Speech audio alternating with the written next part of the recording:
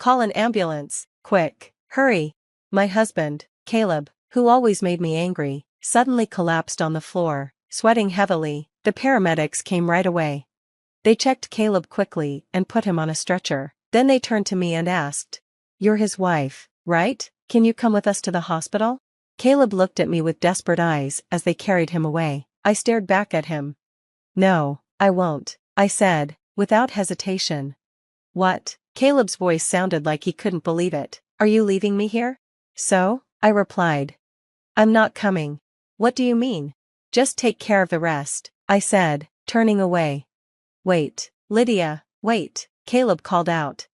I pulled something from my pocket that I'd been carrying for days. The moment Caleb saw it, his face went even whiter. "How dare you treat me like a servant all these years? This is my revenge. I will never forgive you."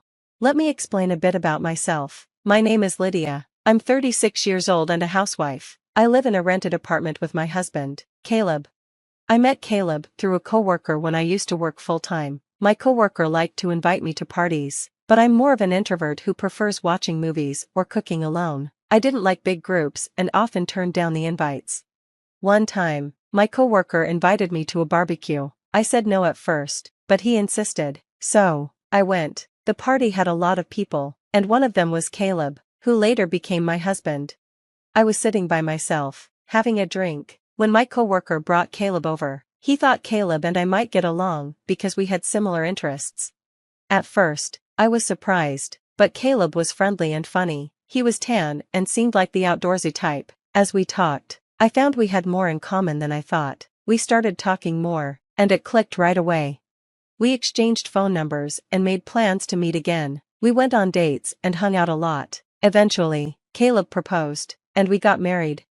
Before we got married, Caleb was always kind to me, even though he was more outgoing and liked to be outside. After marriage, things didn't change much at first, but over the years, some things started to bother me. I quit my job to become a housewife because Caleb wanted me to, but he often made sarcastic comments about it. For example, one time when I wasn't feeling well and dinner was late. "I'm home, Lydia. Why isn't dinner ready?" "Sorry, I was sick and had to rest. Can you take a bath first? You're a housewife. You should at least have dinner ready," Caleb said, never showing any concern for my health. It made me feel really sad. Another time, I mentioned a reunion in my hometown. "Caleb, there's a reunion coming up. Can I go once I finish my chores?" "Do whatever you want. Being a stay-at-home wife is great. You know, I envy you, Lydia. You get to spend your husband's money. He's usually nice, carrying my purse and bringing me flowers after work, but sometimes, he's rude." I even suggested getting a part-time job, thinking maybe Caleb wanted me to work, but he insisted I stay at home, so I remained a full-time housewife. One day, I got an unexpected call from one of Caleb's relatives. I picked up the phone, feeling uneasy. The relative was panicking on the other end of the line. "Caleb's mother has collapsed." I froze, shocked by the news. The relative explained that she had gone to visit my mother-in-law earlier and found her lying in the yard. She called an ambulance, which took my mother-in-law to the hospital. I quickly rushed to get ready and ran out of the house. When I arrived at the hospital, they told me that my mother-in-law's condition was still unstable. As we were talking, Caleb arrived, out of breath. We went to the hospital room to see my mother-in-law, who was lying in bed, hooked up to various tubes. It was hard to watch. "Mom," Caleb called, but she didn't respond. Caleb stayed at the hospital all day, and I went home to get some things for our stay. Over time, my mother-in-law started recovering and was able to sit up on her own, but she still needed help with most things. "I'm glad she can sit up now. I hope she'll be able to walk again with physical therapy," I said to Caleb. When my mother-in-law's discharge date was approaching, I told Caleb, we should start preparing for her to come home. Then, Caleb said something that confused me. "Oh, by the way, we're leaving this house next week. You better start packing." I was confused. Caleb seemed frustrated with me, like he didn't like my reaction. "We don't need this house. We're moving in with my mom." "Wait, does that mean we're going to live with my mother-in-law after she leaves the hospital?" I never heard anything about that. "What? Did you decide to move in without talking to me? Have you already canceled the lease for this place?" When I said that, Caleb got even more irritated. "Of course, I canceled the lease. It's the right thing for us as a family, to live together and help my mom. Don't tell me you don't want to live with her. I'm the one who works, so I won't take any complaints. He said this and walked away with a firm step. I couldn't believe Caleb was being so strict about this. He had cancelled the lease without even discussing it with me. Now, I had no choice but to move. I knew he was worried about his mom, but this was too much. I sighed deeply. A few days later, I found myself living with my mother-in-law. I had never cared for anyone before, so everything was new to me. I spent most of my days feeding, bathing, and helping her use the bathroom. She didn't want my help and hardly spoke to me. When I tried to talk to her, she would hide in bed and say she was in pain. Before she got sick, my relationship with her wasn't bad. We'd sometimes share snacks from the department store. Maybe she was too weak to care for anyone else. Caleb, on the other hand, rarely came home after work. He would go out for drinks and come back in the morning. If he stayed home, he'd find some excuse to leave, and when he was home, he'd just play video games in his room. One day, I decided to talk to him while he was gaming. I know you're busy with work and drinking with your colleagues, but can't you help me take care of your mom when you're home, or at least help with the housework? He didn't even look up from his game. Why are you being so naive? Housework and caregiving are your job. I'm tired from working all day. Well, I'm almost out of coffee. Can you make me some? And clean this room, okay? Also, take these clothes to the dry cleaner. I need them by Wednesday. Caleb gave orders and threw his clothes at me. This time, I couldn't hold back and snapped. That's enough. I've been doing everything, housework and taking care of your mom, for the past month without a break. Why can't you help a little? Caleb slammed his game controller onto the desk, stood up, and said angrily, "How dare you talk to me like that? Who do you think is providing for you? If you have a problem, then get out, take your stuff and leave." I hesitated, then said, "I feel bad for my mom. She's going to be left all alone with no one to care for her."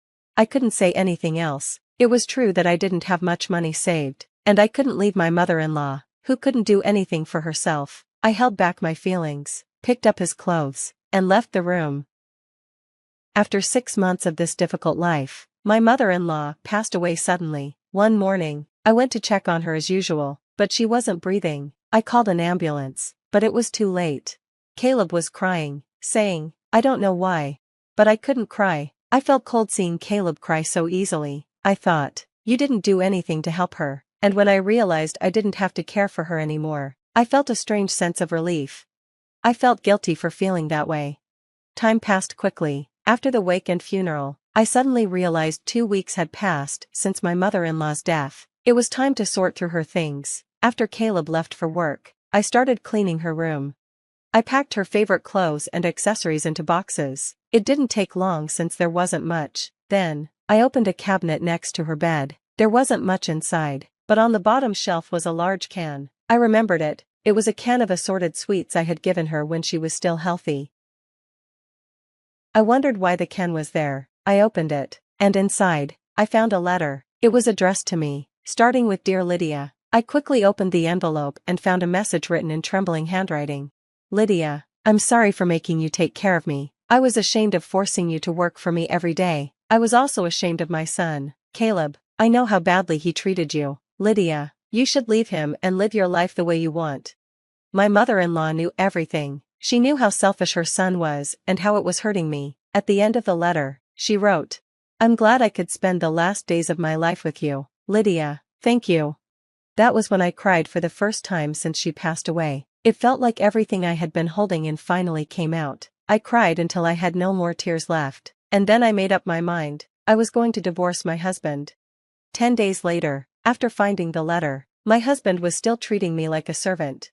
"Lydia, I'm missing a sock. Where is it? And take my car to the car wash today. You've got nothing else to do, right?" He was going golfing with his colleagues today. I couldn't believe it. Today was our wedding anniversary, and he had completely forgotten. I don't even care about it anymore. What will you do while I'm golfing? You can't just sit around. You have to make dinner, clean my room, and clean the bathroom. You have a lot to do. His arrogance left me speechless. "Hey, you hear me? Bring me my sock and a jacket. Hurry up or I'll be late." At that moment, Caleb suddenly collapsed on the floor, clutching his stomach. He was sweating in pain. He told me to call an ambulance, sounding like he was trying to make it as dramatic as possible. I froze, shocked by what was happening, and he yelled, "Hurry up, you're useless, call an ambulance." When Caleb yelled at me, I felt strangely calm. I called 911, and within minutes, an ambulance arrived with paramedics. The paramedics quickly checked Caleb's condition and placed him on a stretcher. As they moved him, one of them asked, "You're his wife, right? Will you come with us to the hospital?" Caleb looked at me with pleading eyes, but I looked right back at him and said firmly, "No, I will not." "What?" Caleb sounded shocked, as if he couldn't believe what I was saying. "This man is a stranger. I'm not coming, please take care of the rest." Then, I pulled out something from my pocket, the divorce papers I had been carrying for days. They were the ones I had been forced to sign after a fight with Caleb. He had always threatened me with them if I didn't obey him. Caleb tried to grab the papers, but the pain was too much for him to move. He just had to lie back on the stretcher. "Excuse me, but please leave now." I said this, and the paramedics finally took Caleb away in the ambulance. He must have looked like the pitiful husband whose wife had divorced him. He deserved to feel embarrassed. I watched the ambulance drive off and then left the house. It took some time, but the divorce papers were accepted, and everything was finalized. While Caleb was in the hospital for a week, I packed up my things and sent them to my parents' house. Then one day, I ran into Caleb at the grocery store. "Lydia, please don't do this. You love me, don't you? Please don't leave me. I know I've made mistakes. I got carried away because you always listened to me." The arrogance he used to have was gone, and he looked completely pathetic. "What are you talking about? The divorce is already final. It's too late for you to act like this. Live your life however you want." He couldn't believe that I was actually going through with the divorce. He looked shocked, his hands shaking, and his face turning pale. Well, that's that then, bye. It had been 6 months since Caleb and I got divorced. One day, he showed up at my parents' house. He kept ringing the intercom and calling my name so loudly that I had no choice but to answer. He still wanted me to get back together with him. When I didn't respond, he started telling me about his life now. He couldn't cook because he had always made me do all the housework. Now, he only eats TV dinners or eats out. He had gained 10 pounds since the divorce, with extra fat around his face and stomach. He also didn't know how to do laundry. His shirts were always wrinkled and smelled bad, making him look dirty. "I finally realize how great you were, Lydia. If I don't do something, people at work won't like me," Caleb said, starting to cry with fake tears. Basically, he wanted me to go back to being his servant. "I will never go back to that. Never. If you keep making noise, I'll call the police," I told him coldly. When he realized I meant it, he got scared and left, crying. I was sure he wouldn't bother me again. I hoped so.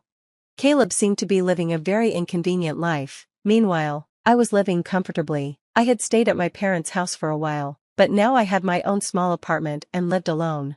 My living standards were lower than when I lived with Caleb, but I liked my life this way. I had time for myself.